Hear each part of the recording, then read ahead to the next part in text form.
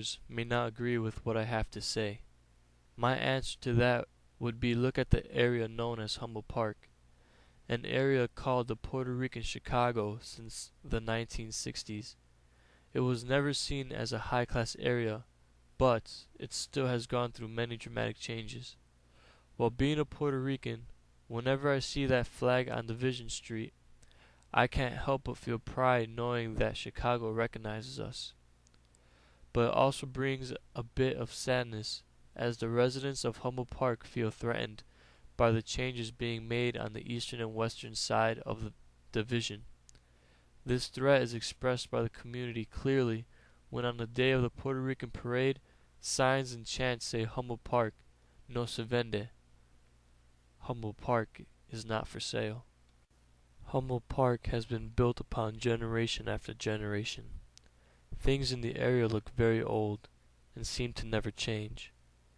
That is because everything in their own way holds a piece of Humboldt Park history, and to change that is to change the native community.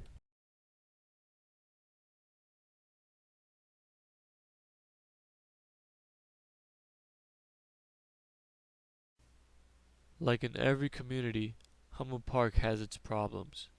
As you walk the streets, you can see some buildings protected by bars, expressing the security needed to feel safe and the fear that comes with living in dangerous areas. It's a shame since Humboldt Park is such a beautiful place. But the truth is, to feel safe, you have to lock yourself behind fenced buildings.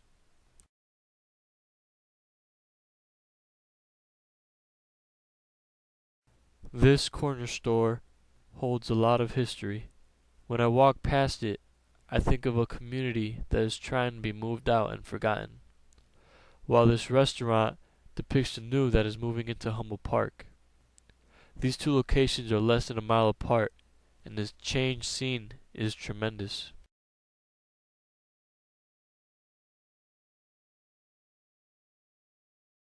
These increases in prices have hit the community hard, as houses are boarded up and for sale signs can be seen over areas where families can no longer afford to live. Within a year, the number of foreclosures filed jumped from 150 to over 1,000.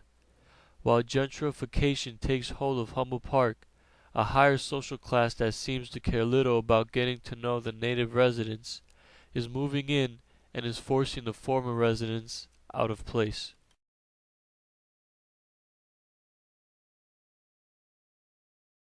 Cabrini Green, a public housing project that has been around for 64 years. Known for its bad reputation, it is often called a blot in the skyline and is located near the Gold Coast area of Chicago. All of the high-rises that made up this area have been torn down. What used to be a population of 15,000 has now become a low 5,000.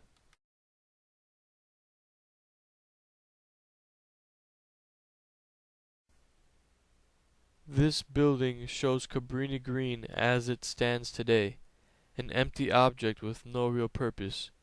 Many of you might disagree, but for me, this is the truth. The city has given up on this area and turned a blind eye to the residents and its problems.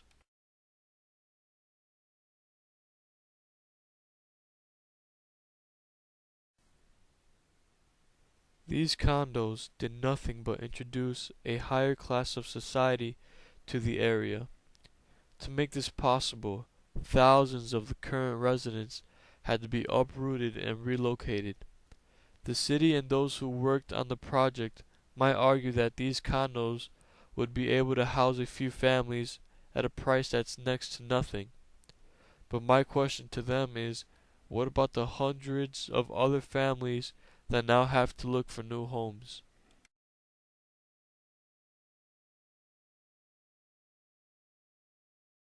Instead of building condos that cost up to $500,000, the city should invest in fixing the current housing complexes.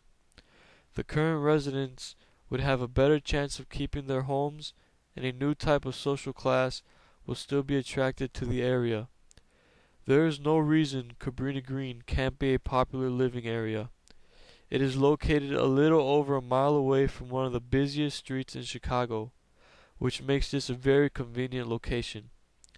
Instead of moving the problem from Cabrini Green, the city needs to find a way to solve it so that everyone benefits.